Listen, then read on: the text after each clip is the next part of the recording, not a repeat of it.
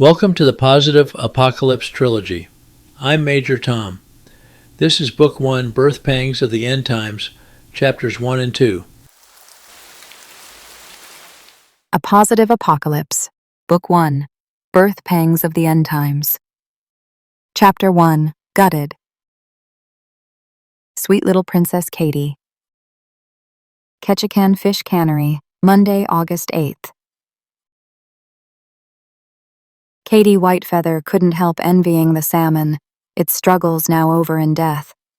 She feared hers were just beginning. On the cannery's butchering line, she stood alongside Johnny, her summer boyfriend, a handsome blonde surfer. And each time their gloved hands met, a pang of uncertainty ran through her. Does he love me? She'd soon know. They both wore rubber aprons, gloves, and boots. Cut, gut, slide. Cut, gut, slide. Cut, gut, slide. They'd cut off the head, pull out the guts, then slide the carcass down the stainless steel assembly line for others to wash, fillet, and package. This was their life, 12 hours a day, 7 days a week during Southeast Alaska's 10-week coho salmon season. On summer vacation from Catan High School, Katie took this job in Ketchikan to avoid 3 months of boredom in her native village, population 289. A good student, she'd be a junior in the fall. Johnny was 18. He'd dropped out of Fresno High School in California after his sophomore year. Since then, he surfed up and down the Pacific coast, financing his lifestyle by picking seasonal fruits and vegetables in California, Oregon, and Washington, and working in Alaskan canneries during the salmon season. A hard worker, bosses loved him and welcomed him back each season. On a good day, Johnny could cut, gut, and slide 1,800 fish. Katie had to use 2 hands to cut off their heads, so 1,400 was a productive day for her. Her summer job at the cannery included a bunkhouse and cafeteria meals, but Katie preferred having a TV, kitchen, and other benefits at Johnny's apartment. After another long day of cutting, gutting, and sliding, they walked to his small bachelor apartment about a half-mile away. A continuous misty drizzle showered them. Fog shrouded their surroundings, obscuring the verdant mountains across the channel less than a mile away. Many people think it rains a lot in Seattle, but Seattle's rainfall only averages 34 inches a year. In contrast, Ketchikan gets over 140 inches of rain annually. To produce that much rain, a thick layer of gray cloud blankets the southeast Alaskan coastline most days of every year. As the sun dropped toward the horizon, the temperature dropped with it. Shivering, Johnny said. Just another beautiful day in paradise. Katie observed his rain-soaked cotton jeans and jacket. She thought, "It's no wonder he's cold." In a light-hearted tone, she said, "Chichaco." Ha ha. Just because I'm from California, there's no need to call me names. He took her hand, smiled, and said, Besides, it's nothing a good hot shower won't fix. Katie didn't mind what the locals called liquid sunshine. Her Clinotalk ancestors thrived in Southeast Alaska for the last 5,000 years, so it was in her blood. This was home, and unlike him, she dressed for it. As they neared the front door, Katie released his hand and said, "Another time for the shower? I need to go to the drugstore. I'll be right back." When people entered Johnny's apartment, they initially smelled dust and mildew. But after 5 minutes, they didn't notice the smell anymore. A realtor would euphemistically describe the apartment's decor as dated, with its wood veneer paneling, orange shag carpets, and yellowish popcorn ceiling that used to be white. When she came out of the bathroom after her shower, wearing sweatpants and an Alaska Aces hockey jersey, she saw Johnny in the doorway. He was talking to a scraggly teen standing outside. Johnny passed him a small paper bag, and the stranger slipped Johnny some cash. Seeing Katie, Johnny quickly closed the door in the teen's face. "Who was that?" Oh, nobody. Don't worry about it. Johnny, barefoot and wearing pajamas, plopped onto the worn brown sofa, its upholstery stained by pizza sauce and pockmarked with cigarette burns. It emanated a stale cigarette odor from a previous tenant. Katie never walked barefoot on the shag carpet. She slipped out of her moccasins and sat cross-legged at the other end of the sofa, combing the tangles out of her long black hair. I'm not worried about him, but I am worried about something else. He clicked the TV remote. A shirtless Cajun pulling an angry 12-foot alligator toward his boat instantly mesmerized Johnny. A moment later, he said, Whoa, he's a big one. She reached into her pocket, pulling out a small plastic stick. With her hand shaking, she held it up toward Johnny. I'm pregnant. Johnny pressed pause, freezing the thrashing gator with his mouth wide open, showing long rows of white teeth for tearing flesh. Johnny's mouth dropped open. His face showed panic and confusion. He focused on the stick in disbelief. You're what? My period is late, so I just went to the drugstore and got this home pregnancy test. It says I'm pregnant. Who's the father? For 3 seconds, she glared at him in shock and disbelief. Then, her eyes involuntarily narrowed and her jaw clenched as rage grew inside her, like molten lava rising inside a volcano. With all her strength, she threw the pregnancy test at his crotch. How could you ask me that? You know I was a virgin 2 months ago. Tears streamed down her face as her body shook with anger, her heart wounded. I gave him my virginity, a gift I can never give again. How stupid and ungrateful he is. He has no idea how he just hurt me. He looked at her, his face devoid of emotion. Cold and businesslike, he said. There's only one thing to do. Her sobbing subsided. She looked at him, hoping that he'd propose something positive, some solution they could implement together. Katie loved him, and she was committed to their relationship. And though she was aware there'd be many problems and obstacles to overcome, she could envision them starting a family together. What one thing? Get rid of it. He turned back to the TV and pressed play. Wild gator thrashing resumed. In that moment, when the realization of what he said hit her, she felt like she'd been crushed under a bulldozer. Whatever love Katie had toward Johnny instantly evaporated, replaced by loathing and revulsion. The gator thrashed and rolled, desperately trying to escape. She understood exactly how the gator felt. She was trapped too. Devastated, a tornado of thoughts and emotions swirled in her mind. Get rid of it? It? It's a human being. My baby.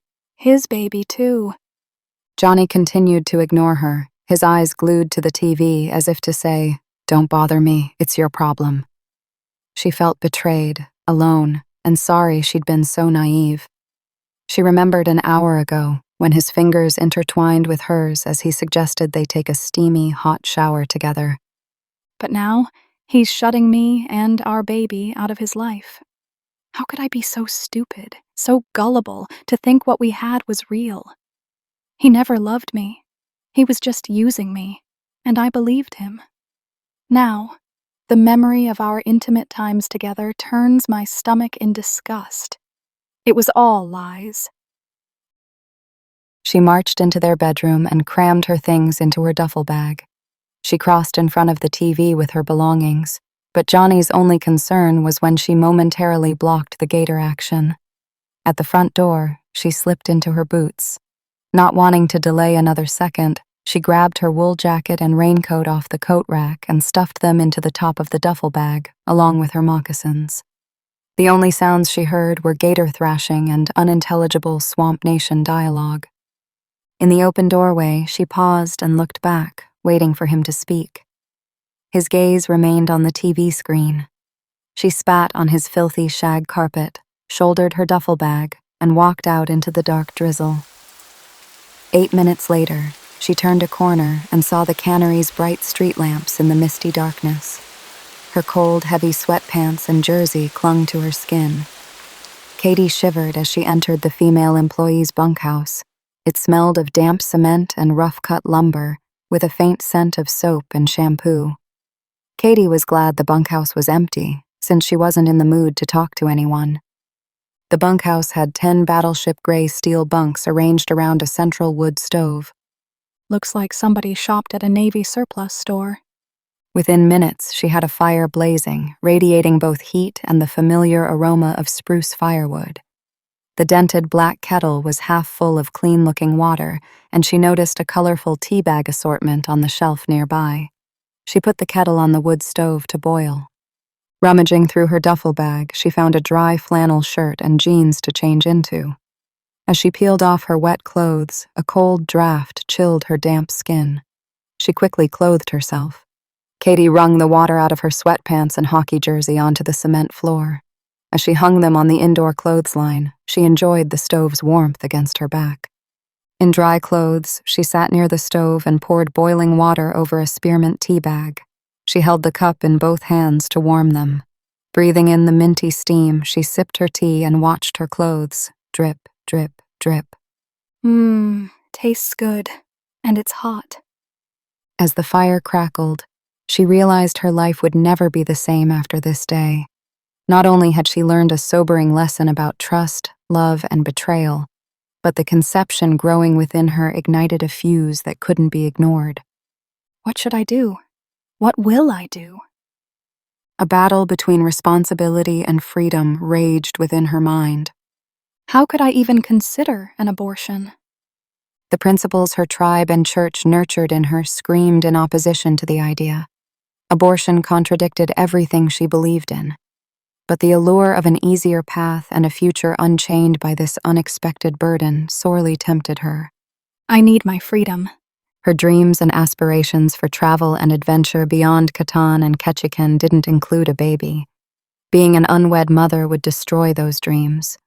As an orphan herself, she didn't have a mother who might love such a grandchild and help her raise it. And her tribe in Catan would certainly shun her, as she'd seen them do to other girls in this situation. How can I work while caring for a baby? With no marketable skills, she wouldn't be able to earn enough to make a living, especially with the added expense of childcare.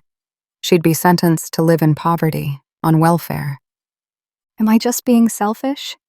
She realized that this child, however unplanned, was now part of her. In the hour since she'd learned of its existence, she already sensed a connection to the new life within her. A mysterious maternal bond, fragile yet undeniable, already tugged at her soul. Could she sacrifice her dreams to bring this new person into the world? She wondered. If I take the easy way, will I live under a shadow of guilt and shame for the rest of my life? Like a cocoon, this life or death decision enveloped her. If I keep my baby, everyone will judge me for being a slut. But if I abort it, he'll judge me as a selfish baby killer. She thought about what her life would be like on welfare, recalling the unwed mothers she knew. They barely scraped by month to month, always waiting for the crumbs that fell from the government's table. All of them lived without hope they'd ever climb out of poverty. No, I don't want to go on welfare. The unwed mothers I've seen can never escape the stigma of getting pregnant outside of marriage. They'll never regain the full respect of their community. Their reputation always has a footnote, reminding people of her youthful indiscretion. Katie recognized she stood at a precipice. The decision she'd make would determine the path of her whole life. I'll never let another person use me again, like Johnny did. Men like Johnny and this job at the cannery will not be my future. I will be successful. I will earn honor and respect in this world.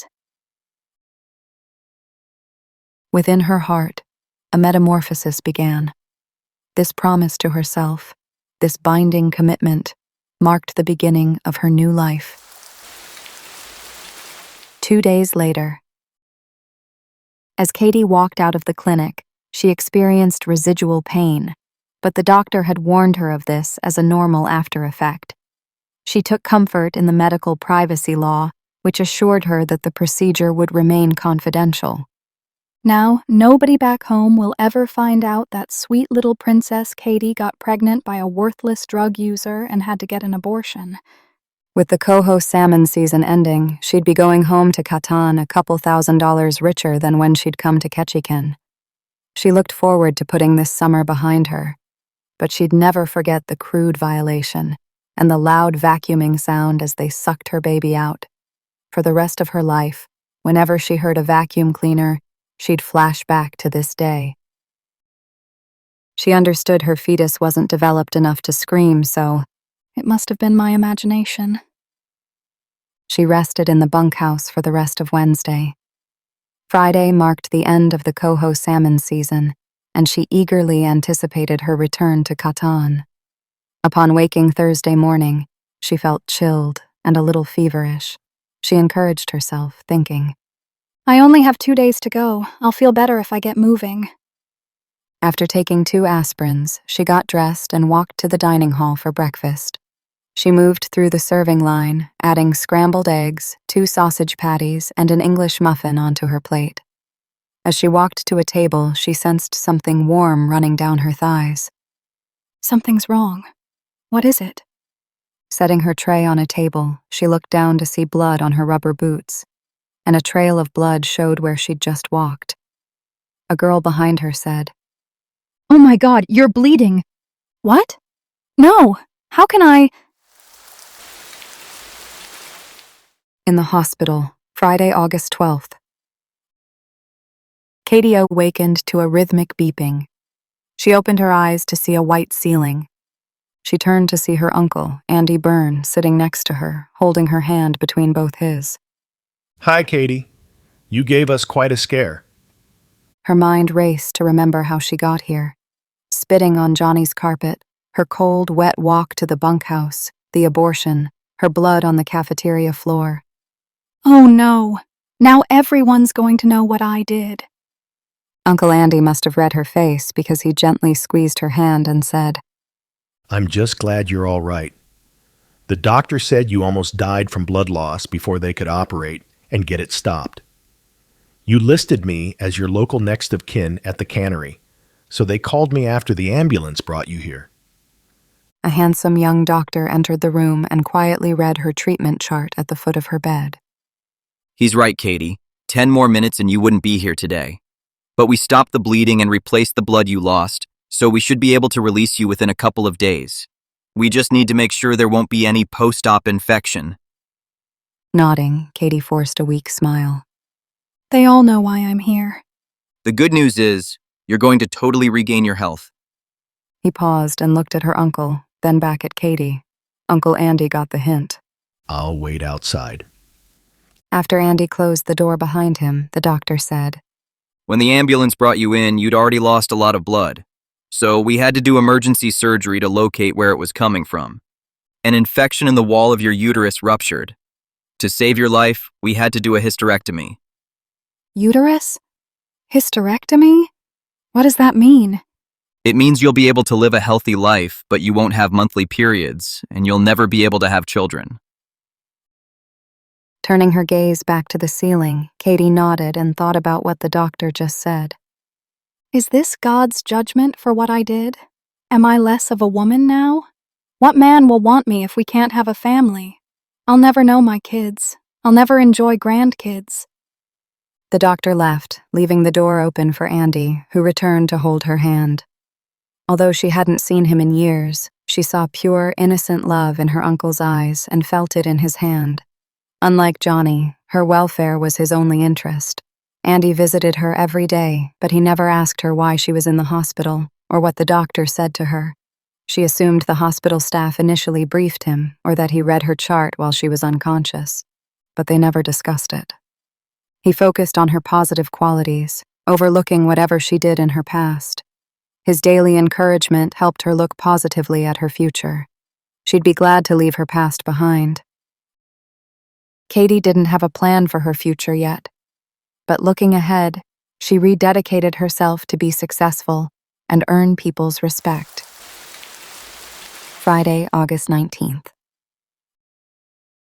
A nurse wheeled Katie to the hospital curb, where Andy waited in his old four-wheel drive pickup truck. A black and white border collie accompanied him in the front seat. As Andy helped her step up into the truck, he said, Don't worry about Buster. He won't bite, but he might lick your face. She laughed with joy, petting and hugging her new friend. First, they drove to the cannery to collect Katie's pay and belongings. She waited in the truck while Andy entered the cannery office. She waved at the cannery manager when he stuck his head out to verify her permission to give them to Andy. Next, they drove to the shipping container for some of the best food in Ketchikan. The name came from its small, rectangular orange building that resembled a shipping container. No inside seating. Takeout only. But locals didn't care because the food was delicious and the prices were low. As they ate in Andy's truck, he asked, The school year starts on Monday. Are you looking forward to it? Buster, seated between Andy and Katie, stared at Katie's burger but had enough discipline not to move toward it. She said, He's really well trained. She tore off an ounce of burger and brought it to his mouth. Buster barely touched her fingers as he took it and gulped it down. I like it okay, but I'm looking forward to graduating next year and getting on with my life. I had similar feelings at your age. Would you rather fly home today or rest today and fly home tomorrow? No hurry. Tomorrow's good. Back to Catan, Saturday, August 20th. Southeast Alaska is home to dozens of cities, towns, and villages that are scattered across hundreds of forested islands along the Pacific Northwest coastline. Since there aren't any roads connecting these islands, all Southeast Alaskan travel is by boat or aircraft. This enabled Uncle Andy to make his living as a bush pilot, flying passengers and cargo out to villages, or hunters and fishermen to remote sporting locations. With the breakfast dishes washed and put away, he led Katie down the path from his cabin to a bright yellow and white float plane secured to his floating dock. The morning sun shone bright and warm, casting rays of golden light through a rare patch of clear blue sky. Dark green mountains proudly rose a half-mile away, contrasting against the deep blue saltwater channel. A pair of bald eagles soared overhead. So beautiful. As they neared the dock, she said, Nice plane. Thanks. I love flying it, but it also puts food on my table, so I'm twice blessed. A rope secured the float plane alongside the dock. Entry was through the pilot's door, so Katie scooted across the pilot's seat to sit in the co-pilot's seat on the far side. After securing her duffel bag in the cargo compartment, her uncle strapped in, donned his headset, and gave Katie the co-pilot's headset. Suddenly, Katie experienced déjà vu from the last time she flew with Uncle Andy, the flight that killed Andy's wife and both her parents 8 years before. She was 8 years old. As they walked to the plane, an evening chill descended on Catan, so Katie's mom wrapped her royal Chilkat coat around Katie. The Clinatok tribe is matriarchal, and Katie's mom led the clan. They were flying to Ketchikan after a potlatch. At the plane, Katie returned the Chilkat coat to her mom, then stepped up and scooted across the pilot's seat to sit in the co-pilot's seat. After helping everyone board, Uncle Andy strapped in next to her, then donned his headset and gave Katie the co-pilot's headset. The first half of that night's flight was uneventful. Katie remembered the bright, full moon and how the sky was so full of stars. The moonlight illuminated the flat layer of clouds below them like a solid layer of bright white cotton balls. Then, without warning, the engine stopped. Katie's dad was sleeping. Her mom and her Aunt Sarah, Andy's wife, both yelled, What's happening? As they glided down into the clouds, Andy worked furiously to restart the engine. In her headset, Katie heard her uncle transmitting, Mayday! Mayday! Mayday! November 8, 187 is going down with an engine failure. They broke out of the clouds seconds before impact. When the plane's floats contacted the water, Andy pulled the control yoke all the way back to keep the nose up. We're going to make it. Next, Katie's memory was a jumble of a collision, darkness, her father, mother, and aunt screaming, and icy cold seawater rushing into the flooding cabin. In the darkness and confusion, Katie couldn't tell which way was up. As the rising water reached up to her chin, someone unlatched her belt, grabbed her arm, and pulled her out through the pilot's door. It was Uncle Andy. He then tried to save the others, but couldn't. He swam to the nearby shore with Katie on his back.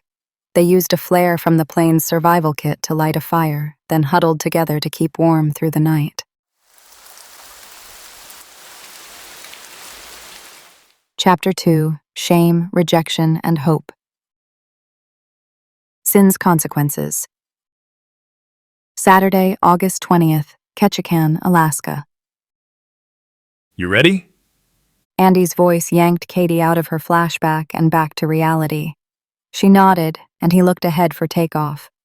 When he pushed the throttle forward for maximum power, the engine roared. Katie felt its vibration, and the plane's acceleration pressed her back in her seat. As their speed increased, the sound of the floats cutting through the water grew as loud as the engine itself. At 60 knots, Andy pulled back on the control yoke, lifting the floats out of the water.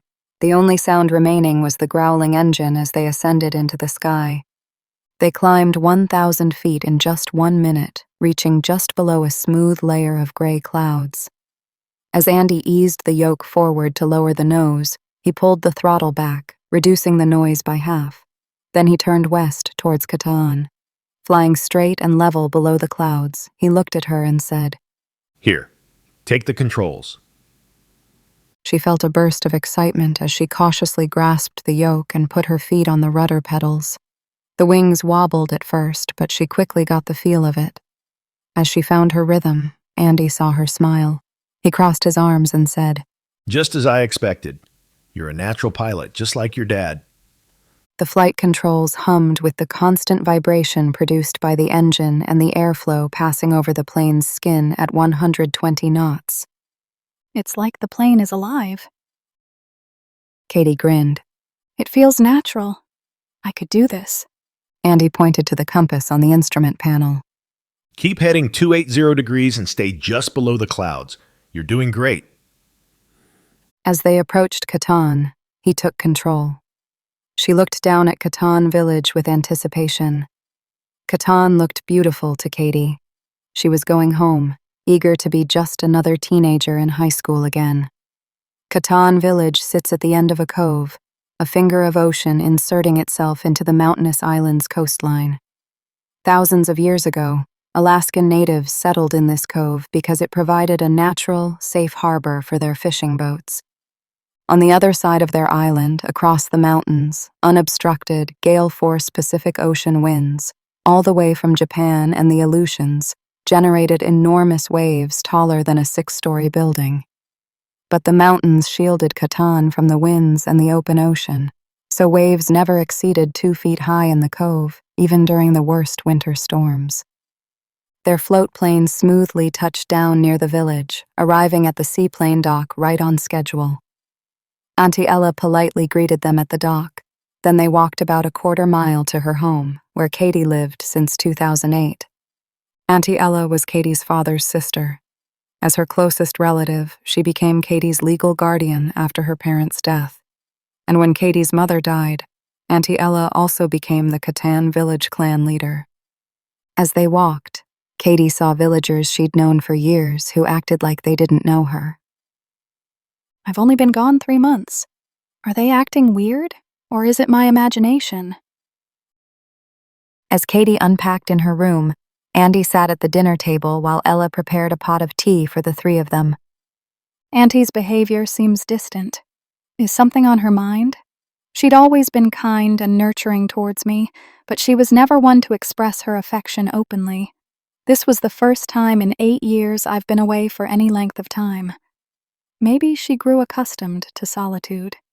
Maybe she just needs time to readjust to having me home again.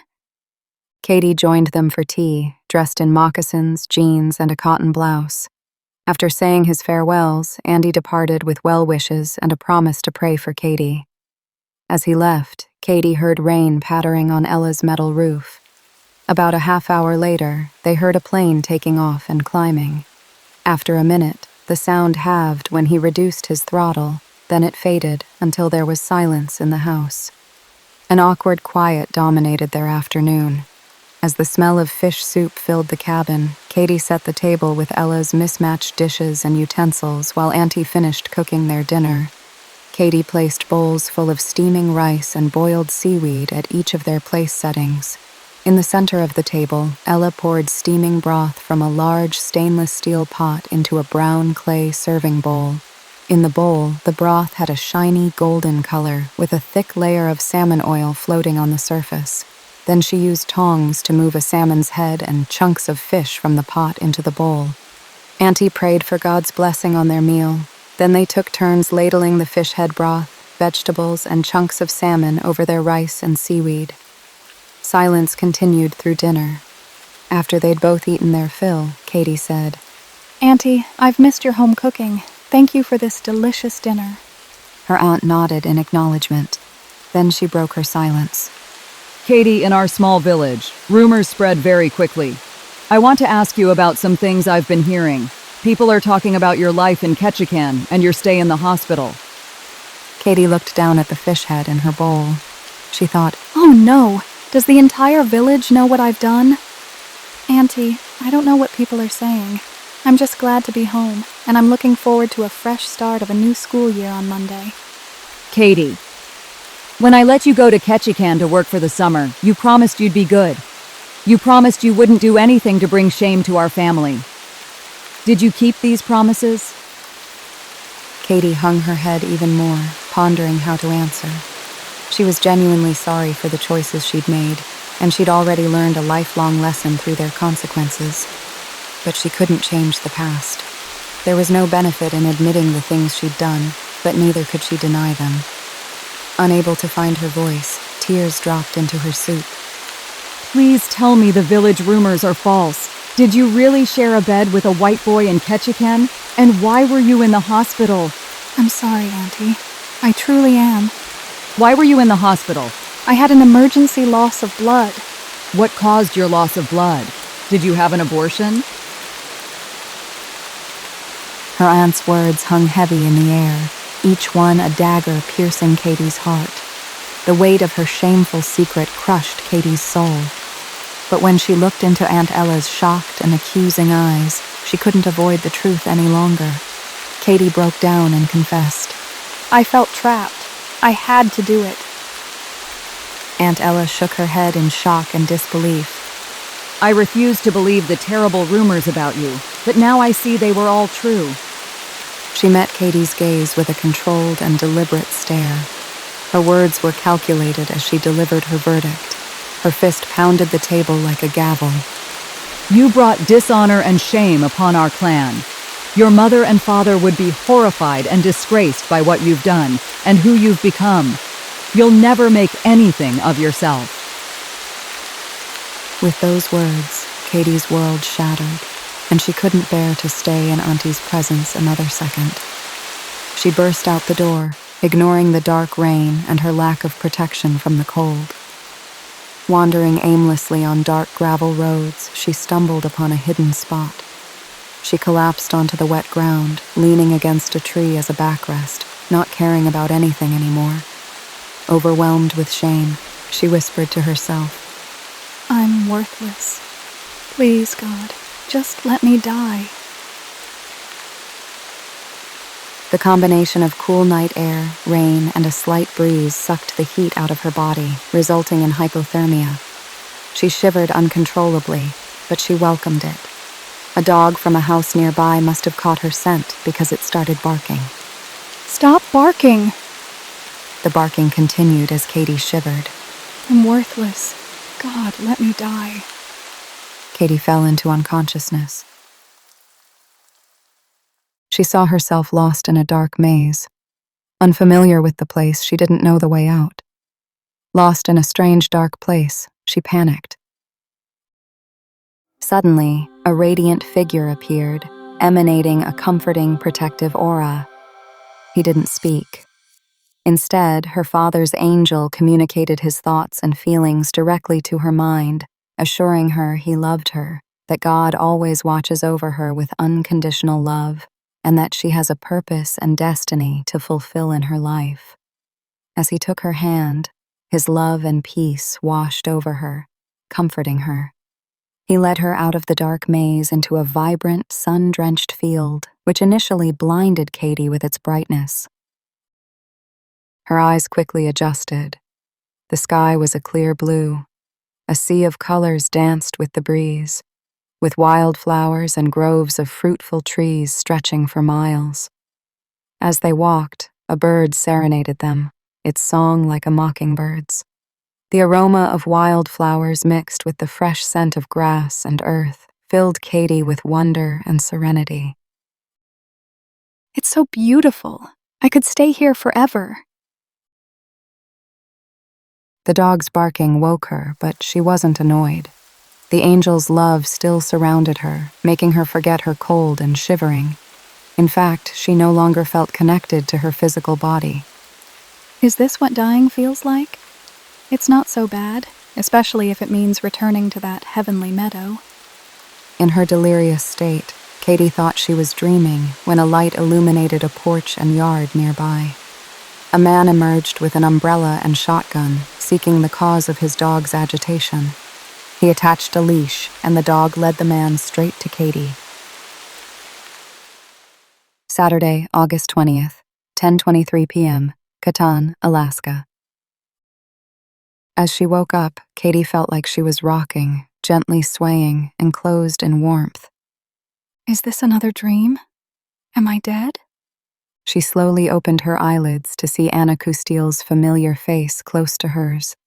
The comforting warmth of an electric blanket enveloped her body, while the crackling sound and smell of a wood stove filled the air.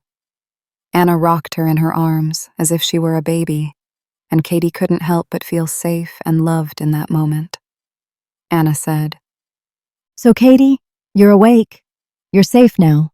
Just relax and Papa will get you a cup of hot peppermint tea to warm you up. Anna's husband, David Costiel, brought a third chair and Katie's tea into the room. I'll sit in this chair and you can have the rocker when you're ready. He placed her steaming tea within reach of the empty rocking chair. David returned to the kitchen. Katie heard him phoning Auntie Ella, informing her that Katie was at their home, she was safe, and she'd be staying overnight. Katie remembered her last moments of cold, wet consciousness.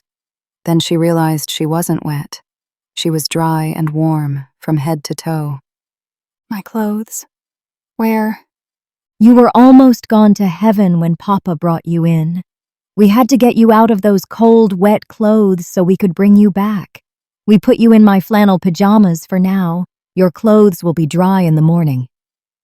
Katie saw her dripping wet clothes, panties, and bra hanging on the indoor clothesline behind the wood stove. Katie then imagined the old couple stripping off her wet clothes. As if Anna could read her mind, she said, Don't worry, I needed Papa to help me, but he averted his eyes at the right times. Relieved, Katie smiled, nodding in appreciation for their discretion and care. 5 minutes later, Katie was fully awake. She said, I think I'm ready to move into the rocker. She roused herself and tried to stand, but her knees buckled. David and Anna each grabbed an arm and helped Katie into the rocker. Thanks. Katie wrapped her hands around the warm mug, steam rising from the cup. The minty aroma of the tea filled the room, mingling with the scent of wood smoke from the stove. The tea brought warmth to Katie's body, and she savored every sip. She soon felt warm enough to remove the blanket from around her. Out of the corner of her eye, Katie saw Anna nod at David, as if to say, Go ahead, he said. Katie, we've known each other a long time, and you've always been a special little girl to Anna and me. So, why were you out in the rain tonight? You don't seem to be injured, so why didn't you go to your auntie's house? Katie's face fell, her expression mirroring the dark rain clouds above. She braced herself for rejection once again. Katie stared at the wood stove. Have you heard the rumors going around the village about my time in Ketchikan? Yes, dear, we've heard some things. Are they related to what happened to you tonight? So, they've heard the gossip, but she still called me dear. Maybe I can open up to them. Maybe they won't hate and reject me. David and Anna waited patiently for Katie to respond. Finally, still looking at the wood stove, Katie said, Auntie said I was a disgrace to the clan, that my mother and father would be ashamed of me, and I'll never amount to anything. So you left your aunties? Yes, I was so ashamed. I couldn't stay there anymore. I'm ashamed of myself, and I'm sorry, but I can't change what I've done. Now everyone knows what a terrible person I am, and the village won't ever let me forget it. All three took a pensive sip of tea, digesting what Katie had just said. David said, Katie, I've got good news and bad news for you. First, the bad news. It's true that you're a sinner who's done terrible things and you can't undo what you've done. You're also correct in thinking your fellow sinners in this village won't let you forget your actions. Anna squeezed his hand, as if to say, "That's enough bad news." David nodded at her in silent acknowledgement. But here's the good news. People still love you, and Jesus died to forgive everything you've done. He paid for all our sins, and if you ask him to, he will forgive you and never mention those sins again. His Spirit will make you a new person, with a new eternal life.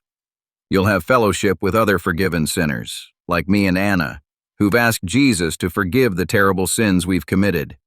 The only difference between your sins and ours is, the village doesn't know what our terrible sins were. Nodding in agreement, Anna said, Yes, that's right, Papa. Katie appreciated the kindness and grace the Cousteels showed her, but she knew it wouldn't change how she was viewed by most people in the village. I know God loves me and he will forgive me for my sins. But I don't think the people in this village will be so kind. At least, not until I make something out of my life. The Cousteels acknowledged Katie's situation with silent nods, but they didn't have a solution to offer. After a full minute, Katie's face lit up and she said, I have an idea. Maybe I could go back to Ketchikan and stay with my Uncle Andy until I finish high school. The idea resonated with David immediately. I know Pastor Andy in Ketchikan. If you want me to, before church tomorrow, I'll meet with your auntie and ask if she'd be willing to support that option. If so, after church, we can ask Andy if it sounds good to him. A glimmer of hope rose within her that she'd finally be able to escape her past. Katie said, Yes, please ask them. She envisioned starting her junior school year in Ketchikan with a clean slate. Her hopes grew with every passing hour. August 21st. In his morning sermon, Pastor David Cousteel preached from Jesus' parable comparing the self-righteous Pharisee with a humble, repentant tax collector. The tax collector went home forgiven, but God did not forgive the self-righteous Pharisee. With Katie seated next to Anna Cousteel near the front row, his congregation all knew Pastor David's implication. They were the Pharisees, while Katie was the tax collector. After church, David completed the initial arrangements between Auntie Ella and Uncle Andy Byrne. Andy flew into Catan that afternoon. With Katie's school year starting the next day, David arranged an impromptu Sunday meeting between Auntie Ella, Uncle Andy, Katie, and the Catan magistrate. In the meeting, Ella transferred Katie's legal guardianship to Andy. Afterward, Auntie Ella, Uncle Andy, and the Cousteels helped Katie load all her belongings into Andy's float plane. Although Auntie Ella still seemed distant, her participation told Katie that she'd heard Pastor David's message and taken it to heart.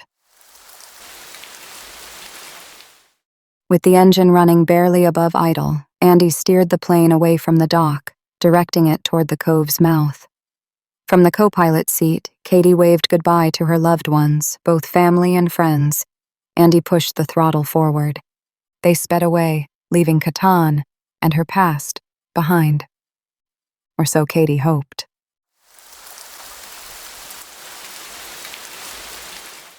If you're enjoying the Positive Apocalypse Trilogy, Book 1 is free as an ebook worldwide.